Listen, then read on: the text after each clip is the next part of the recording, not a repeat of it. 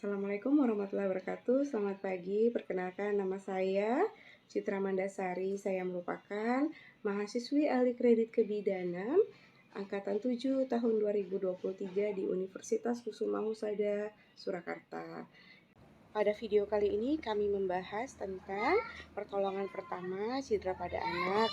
Nah, kami juga berharap kritik dan saran untuk lebih baik dalam memberikan video-video edukasi pada video berikutnya. Terima kasih. Tolong Bu, ini anak saya. Oh iya, ada Bu, ya, masuk Bu. barang di hidungnya.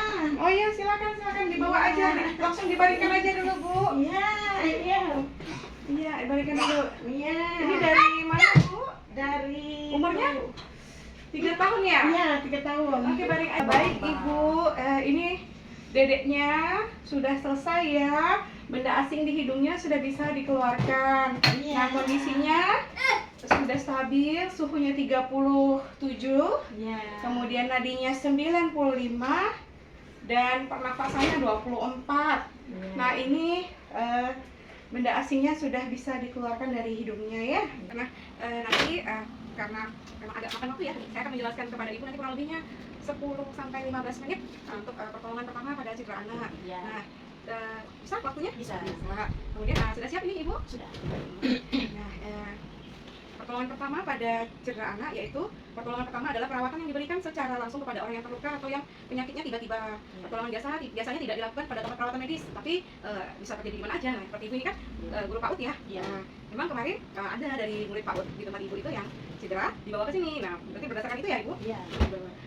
Nah, biasanya pertolongannya itu di mana saja tempat terjadinya cedera dan menggunakan alat dan apanya seadanya ya Bu ya. Iya. Nah, jenis cedera itu ada 5 pada anak. Yang pertama kecelakaan, nah misalnya terjatuh, luka robek, nah atau memar ataupun kayak patah tulang, nah itu kan kecelakaannya. Iya. Nah kemudian yang kedua tersedak, atau sambil makan anak-anak ngomong ya tersedak. Kemudian kemasukan benda asing ke dalam hidung, nah atau telinga, seperti itu ya. Kemudian selanjutnya luka bakar, ya.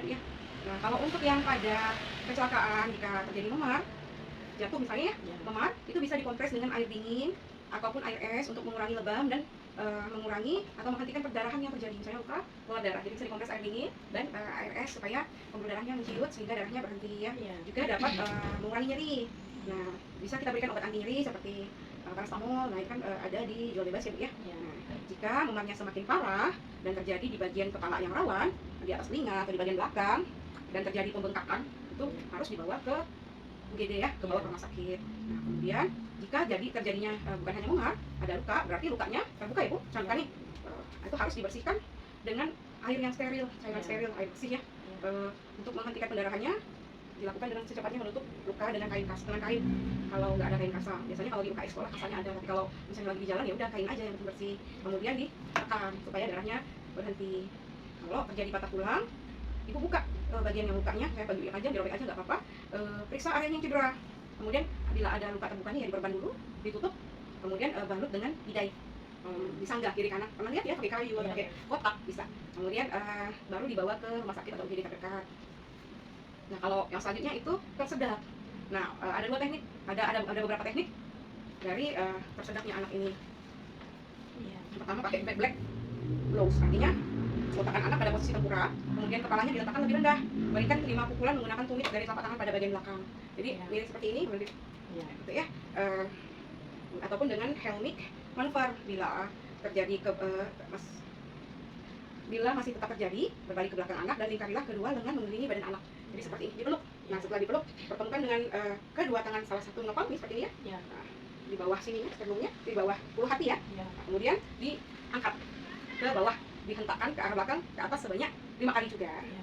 Nah, jika masih tetap seperti itu, dilihat, dibuka mulut anaknya, dilihat apakah bisa dikeluarkan atau enggak bendanya.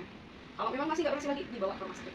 Iya. Tadi yang pertama dibaringkan, tengkurap, tepuk-tepuk, kemudian yang kedua dipeluk, dihentakkan seperti ini ke belakang 5 kali.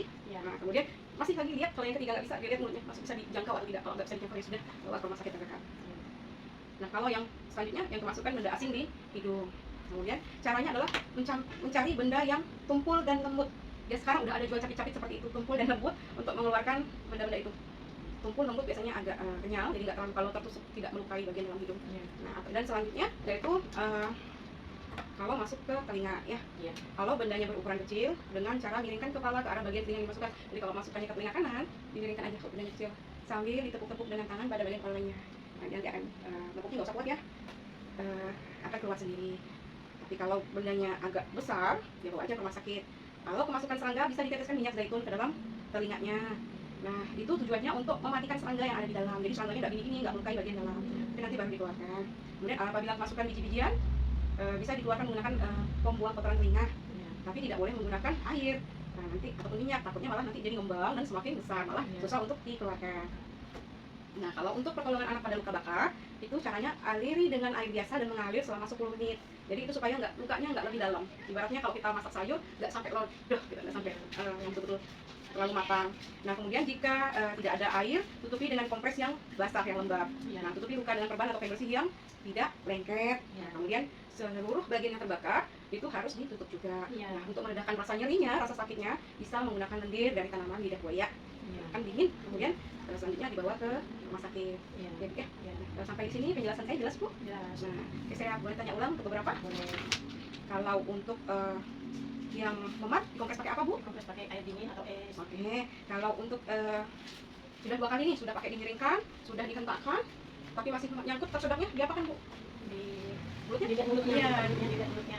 Kemudian kalau mengaliri air luka bakar itu berapa menit?